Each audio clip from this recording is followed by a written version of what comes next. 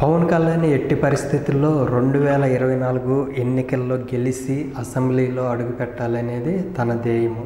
అందుకే తన సామాజిక వర్గం ఎక్కువ ఉన్న పిఠాపురంలో చూజ్ చేసుకున్నాడు. పిఠాపురంలో ఇంతకుముందు ప్రజారాజ్యం నుండి వంగ గీత గెలిచారు. సో అక్కడ వచ్చేసరికి ఆ సామాజిక వర్గం ఎక్కువ ఉండటం, తర్వాత ఒక రకంగా అక్కడ టీడీపీకి కూడా మంచి బలం ఉండటం వల్ల ఎస్విఎస్ఎన్ వర్మ సో టీడీపీ నుండి అభ్యర్థి అనుకున్నారు. కానీ అనూహ్యంగా పవన్ కళ్యాణ్ రావటం అనేది అక్కడ ఒక షాకు గురి చేసిందని చెప్పాలి. ఎప్పుడైతే ఇది పొత్తులో భాగంగా పిఠాపురము పవన్ కళ్యాణ్కి అంటే జనసేన కేటాయించారో అప్పుడు పవన్ కళ్యాణ్ కూడా అనౌన్స్ చేసిన తర్వాత వర్మ మనుషులు కుర్చీలు తగలబెడతాం కానీ అంటే అక్కడ బాగా రచ్చ చేశారు. ఆ తర్వాత చంద్రబాబు పిలిపించి ఓకే చేసినా కూడా అంటే నెక్స్ట్ ఎమ్మెల్సీ ఇస్తానని కొన్ని హామీలు ఇవ్వటం వల్ల వర్మ అయితే సర్దుమణిగాడు. అయితే పిఠాపురంలో పవన్ కళ్యాణ్ ఈ మధ్య అంటే టూర్ చేశారు కదా. ఇప్పుడు జగన్కి వచ్చేసరికి పులివెందుల, చంద్రబాబుకి కుప్పం, నారా లోకేష్ వచ్చేసరికి మంగళగిరి అది శాశ్వతం చేసుకోవాలని చూస్తున్నాడు.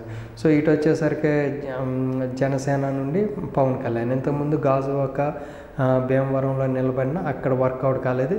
బట్ ఈసారి భీమవరంలో నిలబడితే గెలిచే ఛాన్సెస్ ఉండొచ్చు అనుకున్నారు. కానీ అనూహ్యంగా పిఠాపురంకి చేంజ్ అయ్యారు.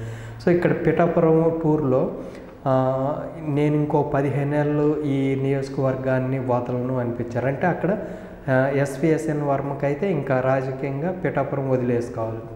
అంత ఛాన్స్ వచ్చినప్పుడు పిఠాపురం ఇంకా వర్మ వీళ్ళంతా కలిసి వీళ్ళు 1,00,000 మెజారిటీ అంటున్నారు కదా.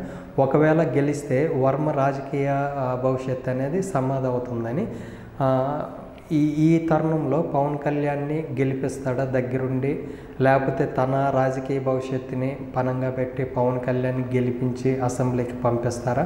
At the same time Pawan Kalyan అంటున్న 1,00,000 మెజారిటీ రావడానికి ఆస్కారం ఉందా లేదా?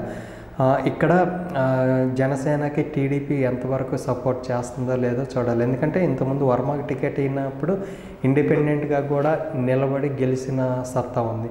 ఇప్పుడు పిఠాపురం అనేది ఆల్రెడీ వైసీపీ చేతిలో ఉంది కాబట్టి ఇక్కడ వంగ గీత కూడా పవన్ కళ్యాణ్ సామాజిక వర్గం అవటం, తను కూడా బలమైన లీడర్ అవటం, అక్కడ లోకల్లో కూడా వాళ్ళ సామాజిక వర్గం ఉండటంతో పాటు తన బంధువులు ఉండటము, అట్ ది సేమ్ టైం ఇప్పుడు కాకినాడ ఎంపీగా ఉన్నారు కదా. సో ఈ కాన్స్టిట్యున్సీ కూడా పిఠాపురం కూడా కాకినాడ పార్లమెంట్ కింద ఉండటము. సో వీటన్నిటి బట్టి చూస్తే ఇంకా వైఎస్ఆర్సీపీ ఏదైతే ఫ్రీ బీస్ ఇచ్చిందో అది కూడా ఆ ఇంపాక్ట్ కూడా ఉండి గెలుస్తామనేది వాళ్ళు చెప్తున్నారు. అట్ ది సేమ్ టైం ఇంకోటి ఏంటంటే పవన్ కళ్యాణ్కి ఇప్పుడు కాపు నేత ముద్రగడ్డ ఇంపాక్ట్ కూడా ఉండే ఛాన్సెస్ కూడా ఉంది. సో రానున్న రోజుల్లో ఇవన్నీ అధిగమించి పిఠాపురంలో పవన్ కళ్యాణ్ గెలుపు సాధ్యమా? ఇన్ కేసు గెలిస్తే ఎన్ని ఓట్లతో గెలుస్తాడనేది చూడాలి.